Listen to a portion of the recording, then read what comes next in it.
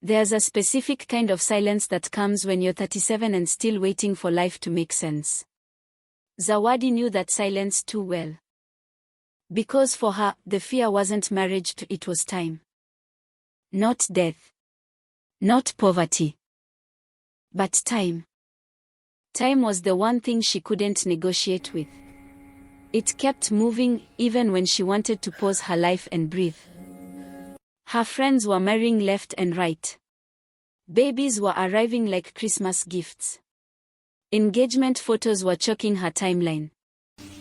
One morning she woke up, looked at herself in the mirror, and whispered, "Zawadi, you're the only one remaining." People always assumed Zawadi's ambition came from discipline, but the truth was softer and more painful. She had never been the most beautiful woman in the room, not even in her friend group. From her 20s, she had learned to hide her insecurity behind degrees, promotions, achievements, and excellence. Success became her face. Efficiency became her confidence. And fear became her shadow. So when Hassan came along, 29, sweet, gentle, still trying to figure out life, she didn't think twice. She told herself she could shape him, guide him, polish him. After all, love can build a man, right? But from the beginning, their differences were loud. Zawadi woke up at 5 a.m., made a to-do list, drank her lemon water, and answered emails before sunrise. Hassan woke up at 10:30, scratched his head, scrolled through TikTok for inspiration, then went back to sleep if the weather felt too warm. She planned her weeks. He planned his naps. She was ambitious, dramatic in a funny way, always thinking about investments and opportunities. He believed life was too short to stress, while lying on the couch he hadn't moved from all day. And still, she convinced herself that this contrast was balance. Hassan was the kind of man who still took metates because he didn't see the need for a license. He lived with 2 roommates who didn't believe in cleaning. He earned little, but he had dreams, big ones, all of them postponed to next month. Sometimes Zawadi's success intimidated him. She had her own car. She handled big projects at work. She traveled for conferences. Meanwhile, Hassan would say, "One day I'll also have a car, after I finish that business idea I started thinking about 2 years ago." Whenever she shared her achievements, he'd smile proudly, but there was always that quiet discomfort in his eyes.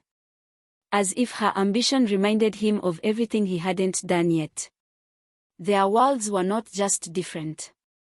They were in different time zones. Zawadi saw all the red flags.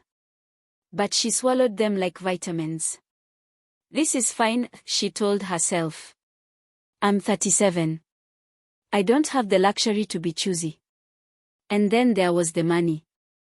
It started small, a few thousand here, a bill there. Fuel money. Rent top-ups. Temporary loans that never returned. She told herself she was helping him grow. But deep down she knew she was funding a lifestyle he had no intention of changing. At first, everything felt exciting. He adored her. He treated her like a queen. But slowly, small things began scratching her nerves. The day he borrowed her car for a quick errand and brought it back with the fuel light crying. The mornings he overslept and she reminded him about his own job interview. The weekends he wanted to chill while she wanted to plan investments and life. There were also things she never admitted out loud. Zawadi was ashamed to introduce Hassan to her friends or colleagues. Not because he was younger, but because conversations with him felt like pushing a wheelbarrow uphill. He meant well, but his reasoning was shallow, his thinking slow. At a work cocktail, he asked her manager if data analytics was the same as Facebook statistics. She pretended not to hear. Her friends pulled her aside, whispering, "Zawadi, you sure?" She had no answer. Because deep down she knew she wasn't just forcing the relationship, she was dragging it. And Hassan knew her insecurities even before she admitted them. Whenever they argued, he went straight for the wound. Zawadi, that's why you're still single. With your age and your face, you should be grateful someone even wants you. He said it like a joke, but the words carried a poison that sat on her chest for days. There were nights she came home excited about a promotion, only for him to say, "That's nice, babe, can we order chips?" He never remembered dates or promises. She was a planner. He was an improviser. She liked witty sarcasm. He laughed at videos of goats sneezing. Every time she tried to push him to do better, he'd say, "Babe, you're too serious. Relax." But Zawadi wasn't built for the soft life of laziness. She was built for the soft life of success. One night, after another argument about his lack of urgency, Hassan looked at her and said, "Zawadi, you're trying to turn me into someone I never promised to be." The truth in that sentence slapped her harder than his tone. She wasn't angry at Hassan. She was angry at herself for forcing a future she didn't truly want with a man she hoped would eventually become someone else. She remembered the first day she met him. She had seen the mismatch clearly, but desperation had shouted louder. So she sat him down, gently, kindly, and said, "You are a good man, Hassan. Just not my man." And this time, Zawadi shocked even herself. She did not beg. She did not plead. She did not try to prove her worth or remind him of all she had done. Something inside her had finally broken, not in a weak way, but in a freeing way. She had the same excuses, the same empty promises, and something in her spirit simply said, "Enough." And for the first time in years, she chose herself without guilt. He didn't argue. He didn't beg. He simply nodded, because he had felt the pressure too. When he left, her house felt painfully quiet. But her heart, for the first time in a long time, felt peaceful.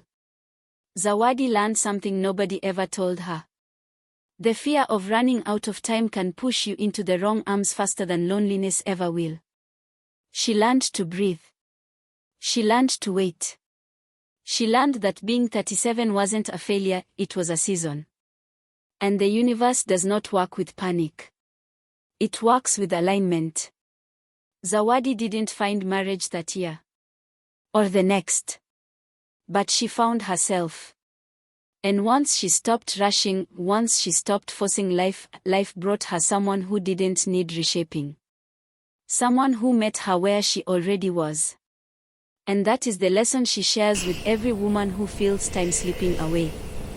Don't let fear choose your partner. And don't convince yourself you can live with what you clearly cannot. Thank you for sitting with me today. If this story held your heart even for a moment, go ahead and like it. Share it with someone who needs it. And subscribe so you don't miss the next story. And tell me in the comments, did any part of Zawadi's journey sound familiar to you? I'll be right here, same place, same warmth. Until next time.